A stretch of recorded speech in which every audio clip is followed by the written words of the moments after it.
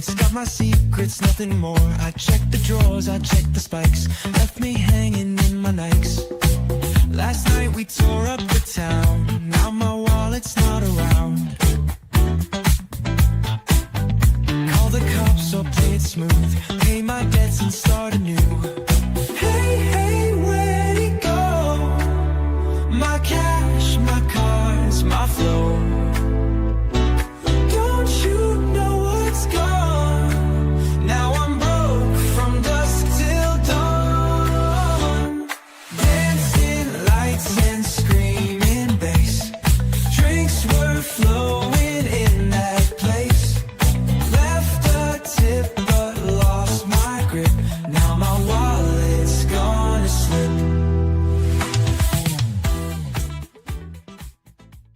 In a world where financial advice is as blurry as a wild night of cheap Jell-O shots, clear your head and your monetary halitosis with the About That Wallet Show hosted by Anthony Weaver. Leave those Jell-O shots for the amateurs and learn to indulge in the top shelf bottles, baby. Now, here's your host, Anthony Weaver.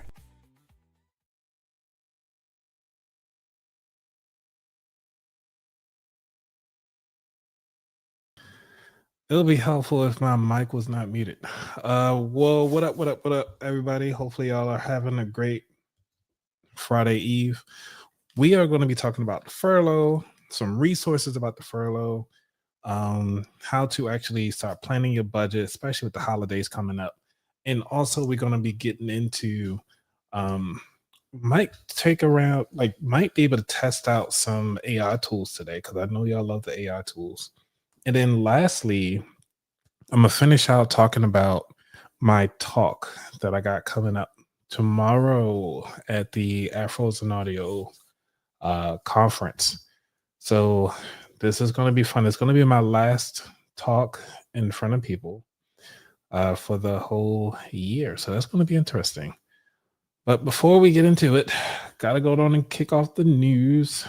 Kick you guys started because you know the holidays are coming up. Alrighty, news break.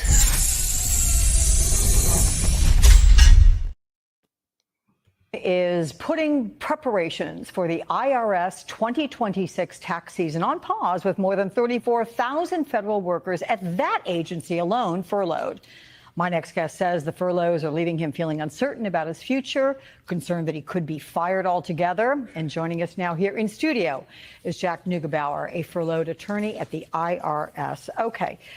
Thank you for coming here. I know that you have been saying, look, I'm speaking on my own behalf. You're not speaking on behalf of anybody else. But it has been pretty tough for you and your coworkers. How long have you been furloughed now? Well, the IRS had a few extra days of funding, so my furlough started last Wednesday. I got my last paycheck 2 days ago, and I'm not expecting one anytime soon. Okay. So this comes at a time when you have, I think, 20 million Americans who file tax extensions. That was due yesterday, right? Yes. October 15th. Yes, it was. So what happens with that? Does it all just go on hold? And are you all expected to just jump back in? Do you have the manpower if and when you're put back into the office working? Yeah, obviously, the shutdown comes with a lot of delays at our agency. We have a setback where things are put behind schedule. For my work, I have like schedules and appearances in court that are going to be put behind and be delayed as a result. So we all are operating behind schedule with the shutdown, and every day the shutdown just adds more delays, causes more problems. It means people are going to be getting their refund checks more slowly, and audits are going to be happening much more slowly as well. Well, and you are an arm of the federal government that helps generate money for the government. Yeah. I mean, what do you say to that? Yeah, I say that means that everything that the government does is going to be operating at a slower pace. It means that, well, this shutdown isn't just about, obviously, I'm one arm of the agency, but across the government, the shutdown is going to cause problems. The people who work for the federal government, who are shut out from their jobs right now, who are furloughed, who are exempted employees, they're working without pay, or they're not working at all and they're not getting paid. And that means that regular government services that people rely upon are not being provided. So with regard to the IRS specifically, are you fully staffed even before this shutdown No. so that you can easily handle these 20 million Americans that may be filing tax extensions? At the start of the year, we faced a lot of difficulties. We had a lot of people who took the deferred resignation program, the fork, to leave. We had probationary employees who were fired from the job. And on top of that, we had a lot of senior staff leave. I know in my particular office, we had a lot of experts in our field who left the field. Why? Why? Well, they had been in the service for 30 or 40 years, and they felt it was their time. Okay, so at that point. retirement perhaps, but Yeah. there wasn't anything that generated that. So when you look at what you're doing, again, you are an attorney. Can you go out and get work somewhere? I can't. I'm limited in what I can do. So I've still got bills to pay. I've got a mortgage. I've got a car note. I have medical bills that aren't covered by insurance. And I've got student loans. And none of those bills are going away anytime soon. So I can't practice under the rules of ethics outside of my current job. So I can't go and work at a law firm or start representing people in court while the shutdown is in process and while I'm still furloughed and still have my job. So I don't know, I might have to bag groceries or just get some money in to make sure the bills are paid. Do you worry about long-term effects? I mean, people talk about, potential evictions. I'm not trying to go to a really dark place for you, but the evictions or your credit rating gets messed up. A lot of federal workers are going to be faced with a difficult decision in the coming weeks. The longer the shutdown goes, this means that people might have to take out loans. They might have to pull from their savings. It costs all of us, and federal workers are going to be suffering, and every week just means more pain for us that the government shut down. Can I ask you really quickly about something we've been reporting on with regard to the mass firings, the Doge drama? Wall Street Journal had this exclusive reporting that President Trump was planning to install one of his allies, this at the IRS criminal unit. How is that perceived? I mean, how hard has it been to be an IRS employee overall with all the changes and, well, I guess the politics of the IRS now? Our job hasn't been made any easier. And unfortunately, each day, I mean, we've had, I think, 7 different commissioners at the IRS over the past year. And Wow. we're seeing that constant overturn at the top of our administration, and it causes problems down the line. Yeah. We have uncertainty about our jobs. Everyone in my office and in my division is uncertain about the future. We don't know if we'll still have our job when this shutdown is over. We don't know if the reductions in force are going to hit us at any time soon. So all we can do is, hang on and wait and watch. Jack Neugebauer, I wish you the best of luck. Stay in touch. Thank you. All right. I mean, it's tough already. And like he mentioned, we don't know what's going to happen. And there's a lot of uncertainty. There are a lot of you who are figuring out like, hey, I really wish that I didn't purchase that plane ticket. I really wish I did not purchase the gift for my child, or I wish I had purchased a gift for my child for the holidays before the shutdown. Some of you are very hopeful that the furlough could be lifted tomorrow.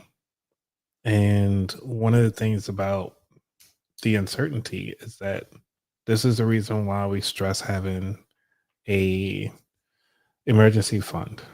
And granted, sometimes the emergency fund could have just been used right before the furlough, which means that you got to rebuild over and over again of what you just used, because we had some wicked storms that could have impacted your house, impact your vehicle, that you just weren't prepared for. However, you might have been financially prepared, but mentally to kind of deal with the trauma or the traumatic event that happened when it came to dealing with your property. Now, having this furlough on top of that, and especially if you're a federal worker, trying to figure out what are we going to do next? And don't let it be both of you and your spouse, or you and your cohabitant inside the house, both work for the government. Both currently are not bringing in any income, and both currently haven't provided, created an emergency fund to kind of weather the storm. On top of that, even if you think about it, say if one of you actually did save and the other didn't, and what type of contracts should you put in place? To me, honestly, I would actually draft a contract in text form, have both parties email, like sign a document. It can be on the wet ink. Both of y'all take a photo of it just to say, like, hey, I want you, the person that doesn't have any income, to kind of pay me back for the money that's due, for the rent that is due, for the time frame that I don't have. And that'll be something a good time to start. That is something to think about. If you're living with a spouse, I've heard this before. Some women, this is unpopular opinion. There are women out there that will say, my money is my money, your money is our money. And I'm sure y'all heard it.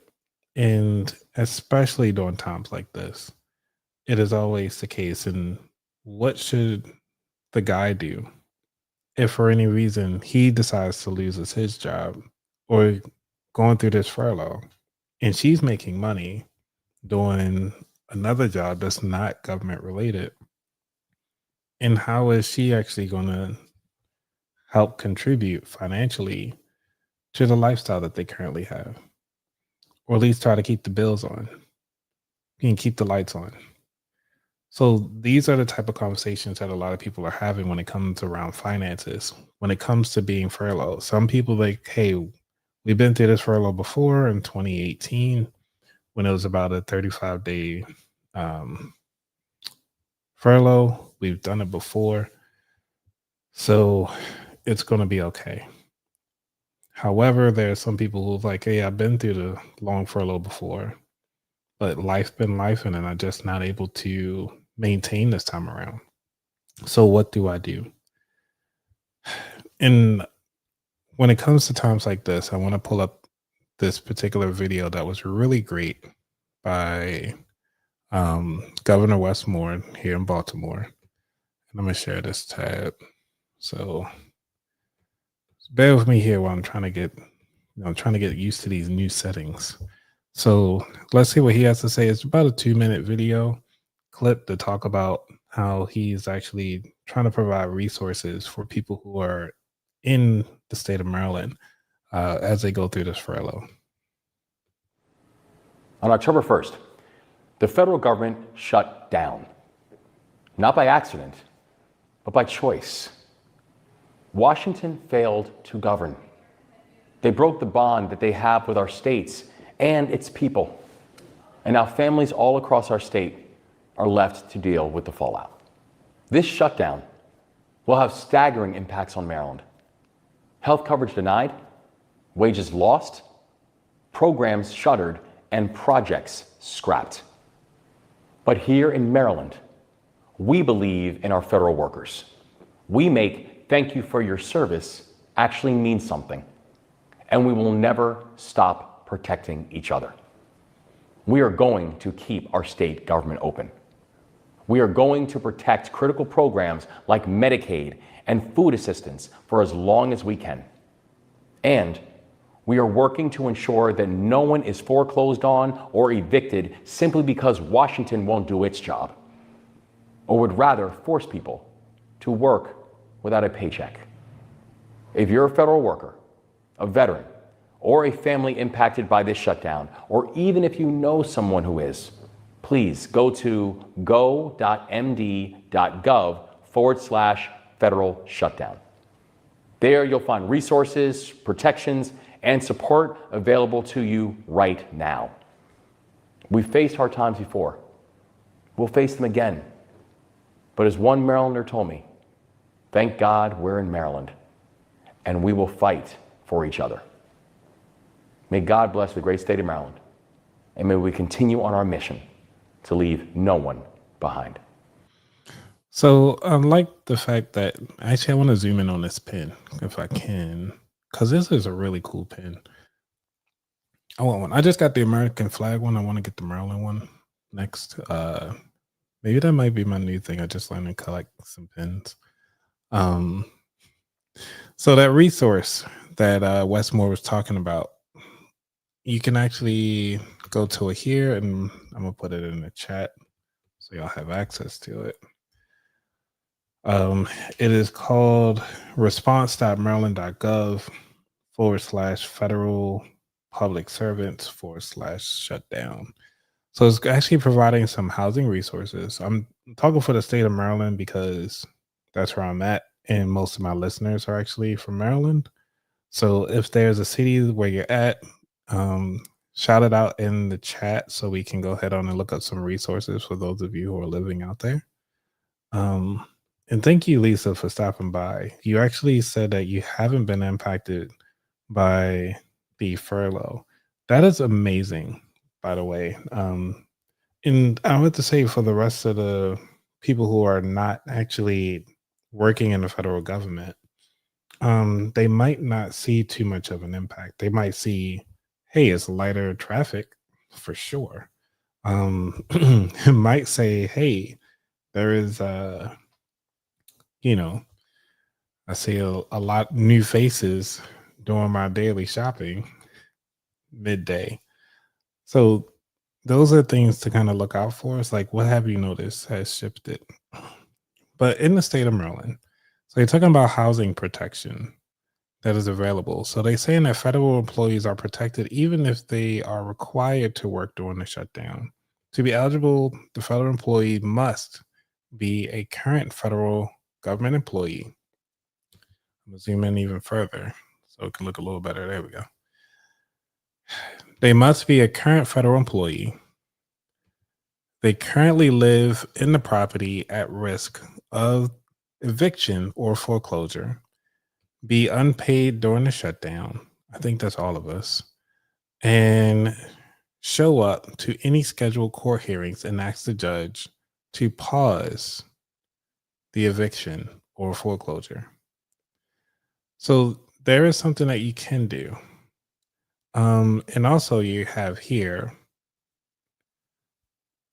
federal employees may be asked to provide that they are current federal employee and have involuntary furlough. The only thing about this, though, I'm glad that they laid it out because they show here that you need a federal government ID badge, most recent pay stub, or an email or letter telling you that you were furloughed. This is very important because a lot of companies right now are trying to look for proof of verification. The HR department can't provide that because they're not there. So how can they provide proof of employment for somebody when you're not there? So you want to double check with your local states and your local cities to see what is available for you in your time of need, especially when it comes to housing. Now, when it comes to renting, that's also another thing to think about. They didn't talk about renters, which is interesting. So I guess the renters can still be kicked out at that point. But I would still say talk to whoever the landlord is and see what's available. Now, for those of you who have USAA, I believe USAA is actually giving out, not giving out, but they are qualifying a lot of the members $6,000 what they call it, $6,000 loans at 0% interest during the furlough. So once the furlough is over, you can just pay that back. So if you just need a little cushion to hold you over at 0% interest, that's a good way to kind of start it off. Now, I'm not saying go ahead on and invest in companies because you got options and access to a $6,000 loan. I mean, unless you can pay that back. You know what I'm saying, Lisa? I mean, how risky are you? And apparently, for those of you who are impacted by this furlough, you don't have that money. I think it's a good time to not be risky with said money, even at 0% interest, because we don't know how long this furlough is going to be.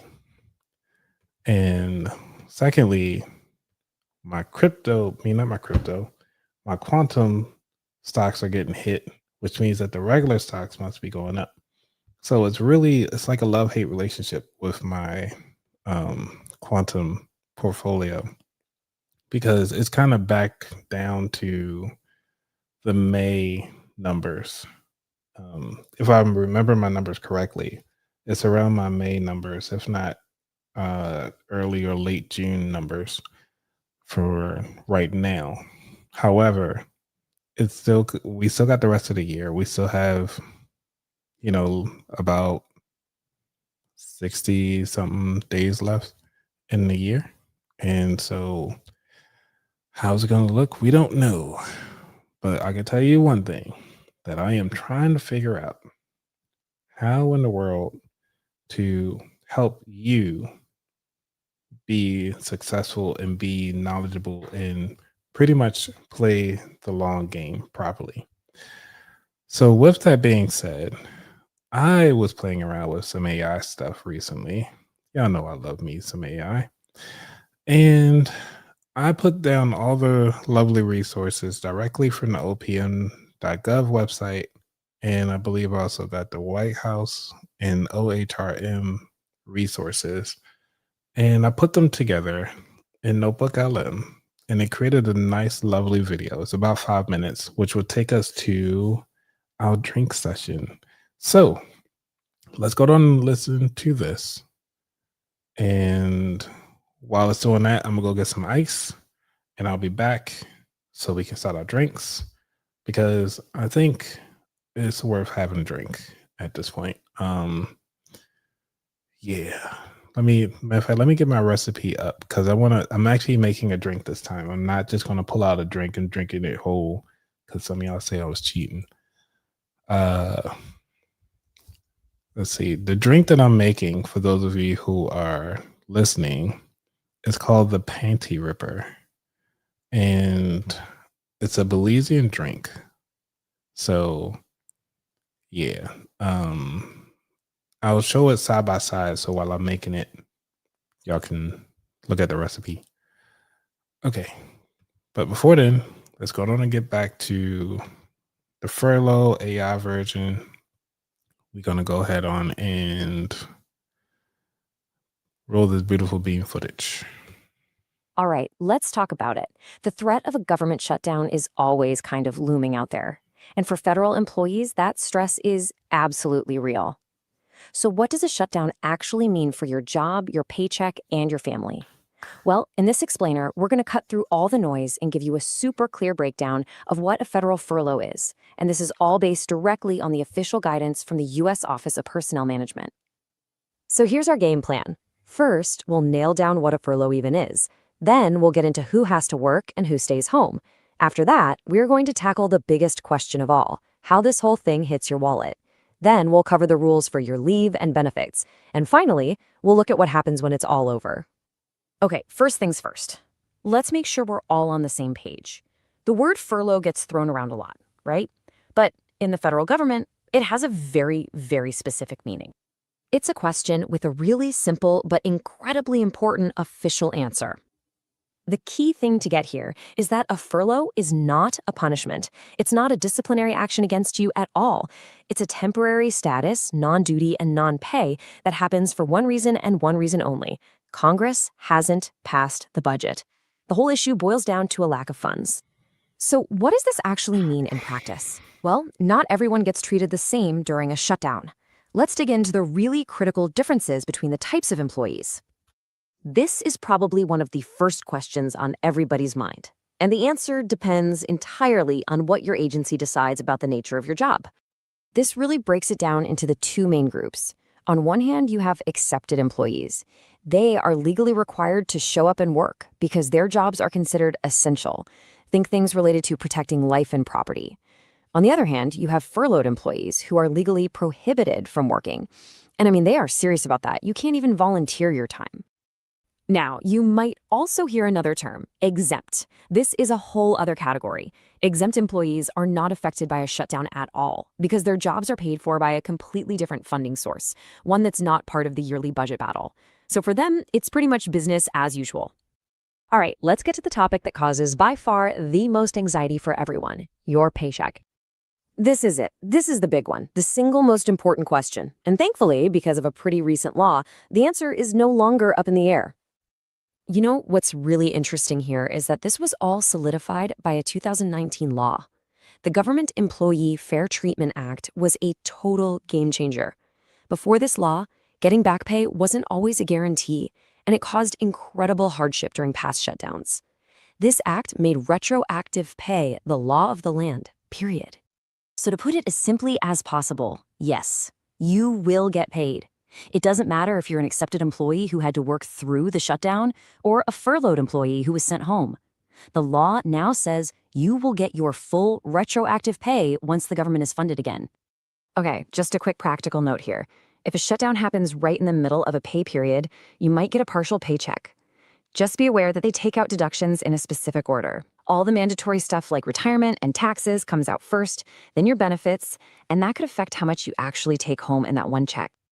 So pay is the biggest concern for sure, but it's not the only one. What happens to that vacation you had planned? Or even more importantly, what about your health insurance?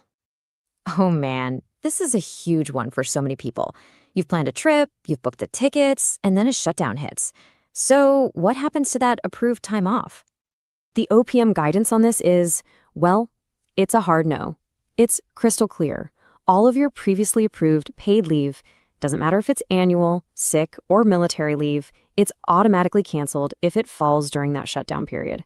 You're not considered to be on paid leave, you're just in a furlough status. But there is a silver lining, especially when it comes to that use or lose annual leave. If you are forced to give up that leave because of the shutdown, it can be restored.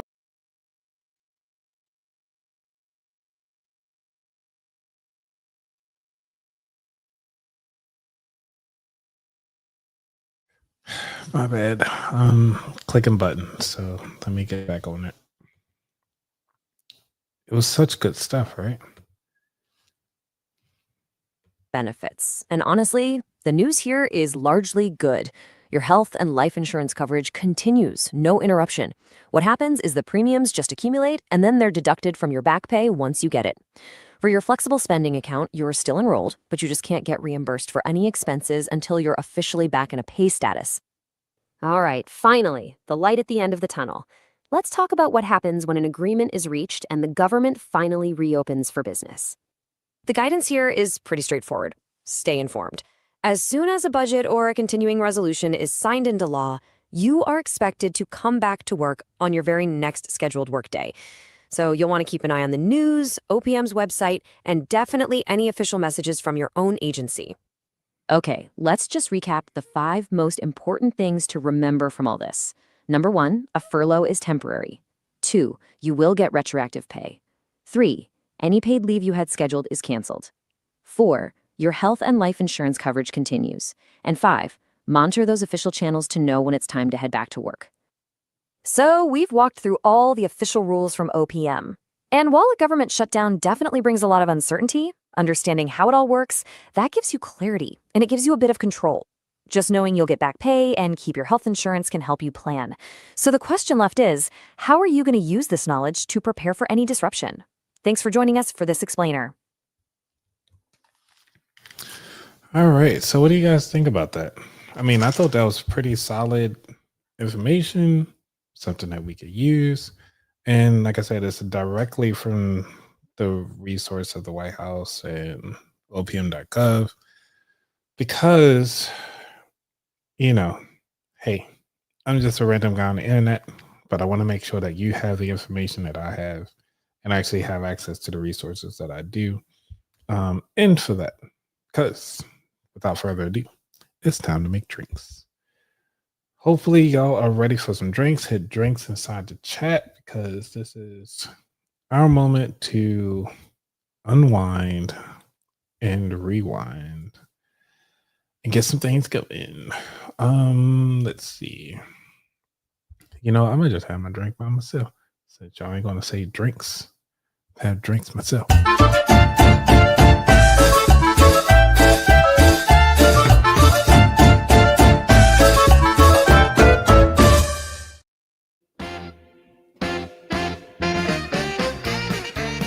All right, so what we starting off with? Oh, that's right. I was supposed to be showing the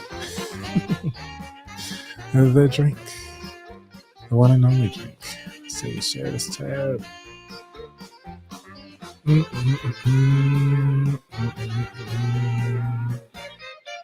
me change my background. There we go. So what we making today is the panty ripper. Okay. So with the panty ripper, come on. It is very basic ingredients. They saying it's Malibu rum, but man, I just picked up some coconut rum. What we're gonna do is start off with the 3 ounces of rum. Ugh. Let's see if I could do it differently. For those of you who are watching mobile, I'm sorry. I would think last time y'all told me that it was covering up my face. But it is what it is. We gotta see what it is on YouTube because we're here for the people. All right. So they say 3 ounces. I think this is a 2 ounce side. This is 4 ounce side. We're gonna do about 3 ounces of that. If I can get it up in there. Okay, 3 ounces going in. Okay, then they talking about some other black proof rum. I like to show up for work. They saying 6 ounce can of pineapple juice. I got regular 16 ounces of pineapple juice. And we're just gonna pop that off like that. And we're gonna pour some juice in there. Okay. And then we're going to, what else we got in here? They are saying, so I got got some ice. This one is actually missing something. They're missing the grenadine. How are they gonna miss? We got the real stuff, okay? We're gonna get this this cherry grenadine. And we're gonna mix it up in here. Cause it's called the panty ripper. They ain't called the panty ripper for nothing. We're gonna rip. Well, we ain't gonna rip my panties, but we're gonna have it in here. All right. So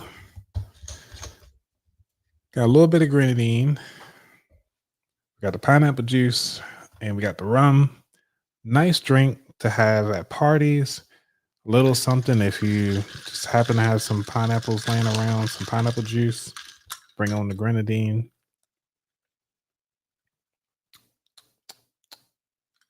It needs more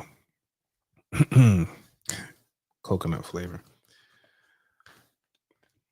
And we're just gonna free pour this thing because you're asking like what type of coconut rum it is.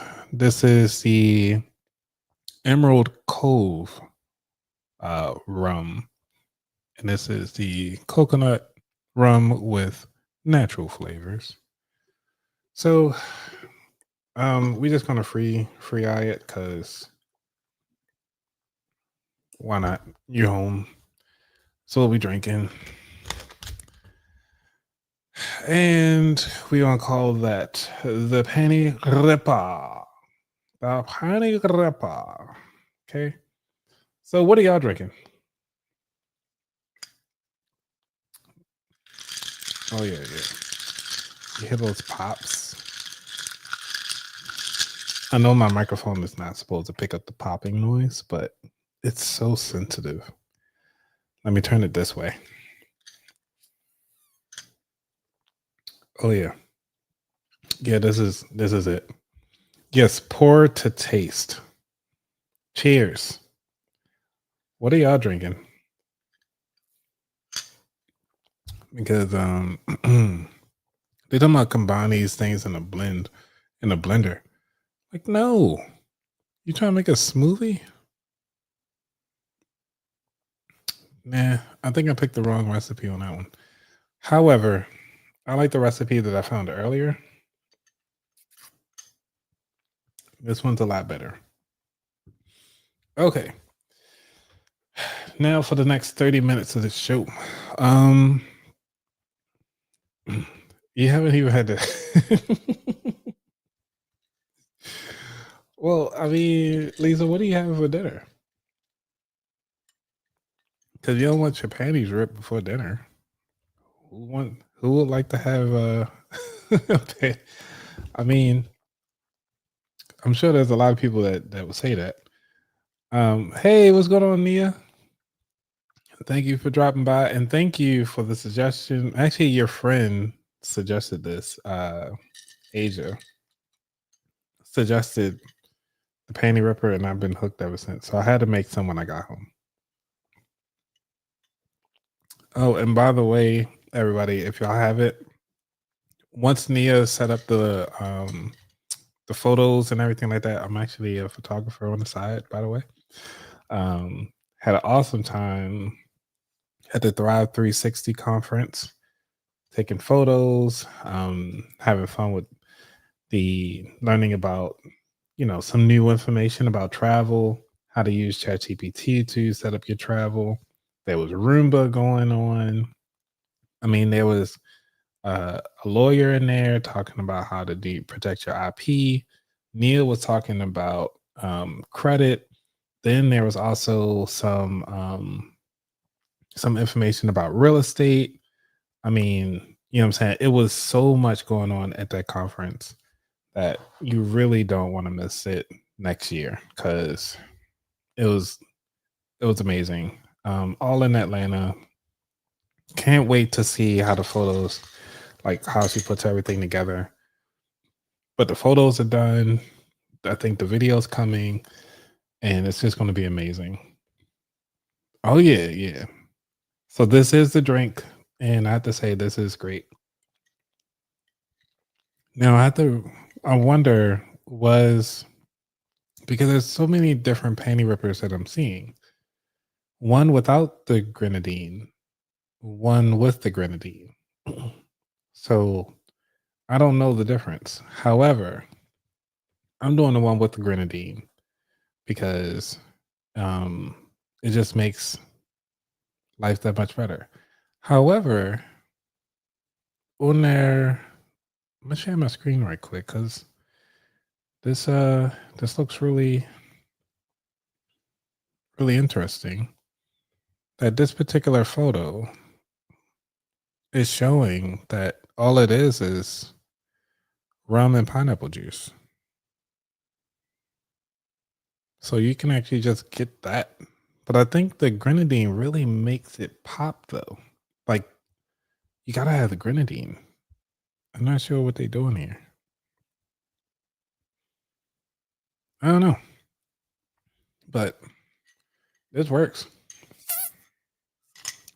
Maybe the grenadine is a new version because they haven't been there in a while. Or the Pantyripa with the accent. This person gave it like a nice. Okay, so they do say a splash of grenadine syrup. Okay, fair enough. It's in there. I'm not even sharing this thing. Okay, look. So this guy actually has it in here. Splash. I did put a splash of grenadine syrup. No need for cherries. Like it's what's the point? But it's such a simple drink. Great for sunny days and everything. I mean, so it's great for a Thursday. I mean, if you want to say even more, you're on the for people who are furloughed.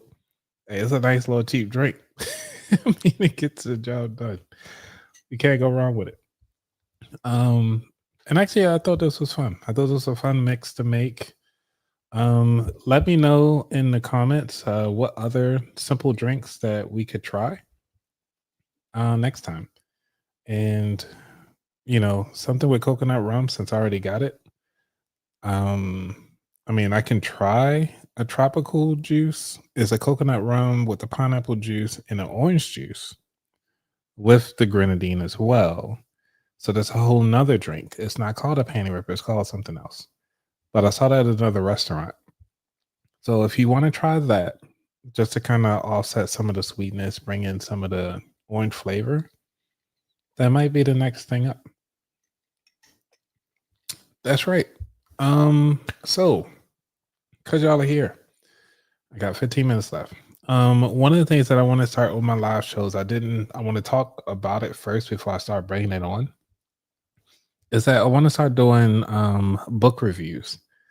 So what it is that I will read a book, and once I'm done the book, I'll just do a book review on the show, like near the end, just to kind of see what books y'all reading, just to kind of help people get into that reading mindset.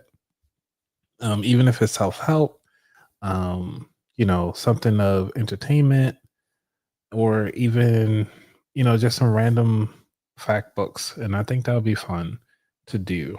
Let me know what y'all think about that, because like I have a lot of books here, and then I have furthermore above me that I've read already, and I can easily just kind of do a quick summary about it, history about it, or at least talk about the author, because most of the books that I have, at least on this row here, I've met the authors already. And that will be something that I can do and share. And obviously y'all are familiar with Nia, and Nia's been on the show several times, several live shows. I mean, I'm sure she wouldn't mind coming back on just to kind of talk about her book some more. And that'd be great. And then also, because of the holidays are coming up, people are furloughed. What type of gifts could somebody get right now as a furloughed employee? As a gift, sometimes your presence is more than enough. I would say, somebody saying like, hey, they have something coming up or an event. Sometimes just showing up should be enough if they are true friends and true family members. One of the things you want to look into is, what is it that y'all could do together? Y'all could play some games. If you already have drinks, you can introduce them to this drink. As y'all saw, it's nice and simple. Get them going. Everybody have a good time. I think this whole bottle, as big as this is, I think this was maybe $20. And this is more than enough. Like, I can have this for, I mean, it is a nice little drink. I could have this at least for 3 months. That's with me with like drinking it time to time. But as you saw, I rarely used anything, and this thing was pretty much filled to the top. So I used about this much here. So, I mean, if you're going to make a drink, you can make several drinks with this, and it could last a lot longer by having a mixed drink. So think about it that way. Go over to a friend's house, learn a new skill. If y'all want to have a gathering for Christmas or even the holidays, teach each other something. Talk about your businesses, talk about your ideas. Take that moment to really dig into really getting into fellowship of each other. Because if you really think about it, I think the next big holiday that everybody group around is Thanksgiving. So take that time out to really start leaning into each other and really leaning into what you can do for the free. Now, when it comes to, if you want to do something, if you got a couple dollars left over because you got your emergency fund set up, you can either get a couple books. I love books. Please send me books. I have space that I can fill up. But please ask me, don't just buy me random books, because I don't want to have duplicates. And I think I do have, I might have to put an Amazon wish list together with all the books that I would like to have, so y'all can just pick off of that. I don't know. Let me know. I'm always open to a book. And let's see. Oh, so I did say I want to talk about my talk for tomorrow. So this is a special treat for you all. My talk tomorrow, it's actually tomorrow morning, it's going to be at Afros and Audio. And I'll be speaking with a comedian who also has a podcast called Mika Mo. And we'll be talking about how to start a podcast and make it long lasting by building systems and so forth around that, and the importance of having a particular podcast. Now, when it comes to, I'm gonna just give you a quick spill about a podcast and the importance of a podcast and the reason why I do it in the way how I advertise it. So, the importance of having a podcast is that it really helps you kind of solidify yourself as the what they call it, the expert in the room of that particular topic. Secondly, the reason about podcasting is almost think about it as a flyer for your podcast, I mean, for your product. You can put so much effort into this flyer, you pass it out. Having that information out there is one thing, but ultimately it's drawing the people into what you're talking about, what you're giving out. Thirdly, about having systems in place. The reason why you want to have systems in place when starting a podcast, because at the end of the day, there's a lot of days I don't feel like podcasting.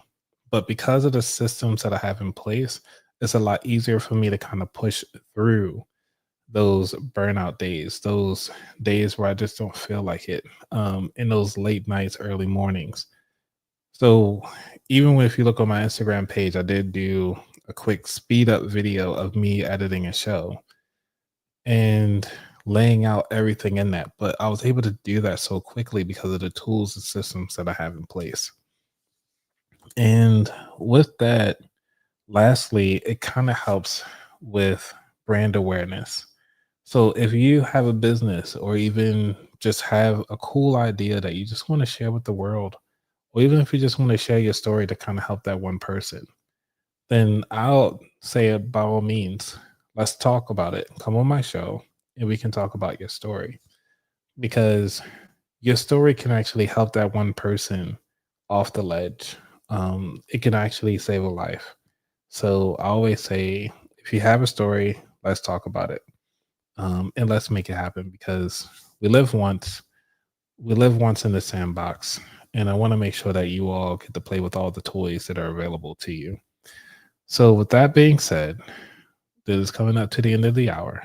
I just want to thank you all for having a fun time with me, learning about the furlough stuff. We didn't get into any of the AI tools, but I did utilize an AI tool to kind of give you a summary of what the OPM is doing when it comes to this furlough and how it impacts the employees and how it ultimately impacts you.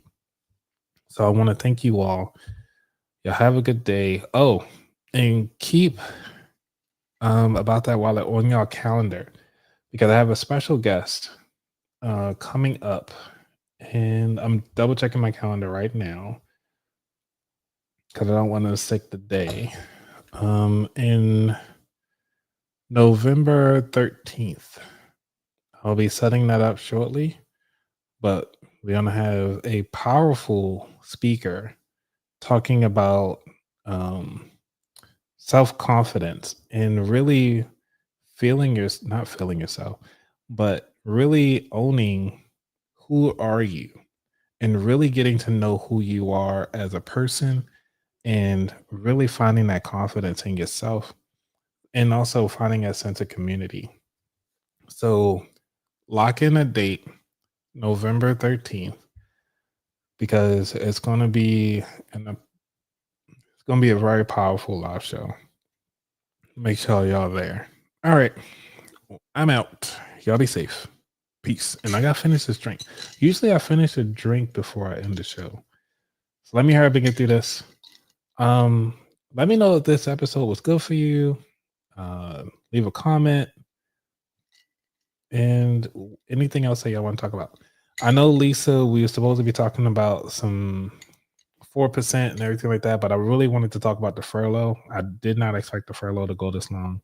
So Lisa, I owe you an episode to talk about the things that you wanted to bring up this week. It's just that the furlough was happening. We gotta have to put that on pause. So, all right. And those of you who are listening on Twitch, leave a comment. I mean, I can show the comments in the thing.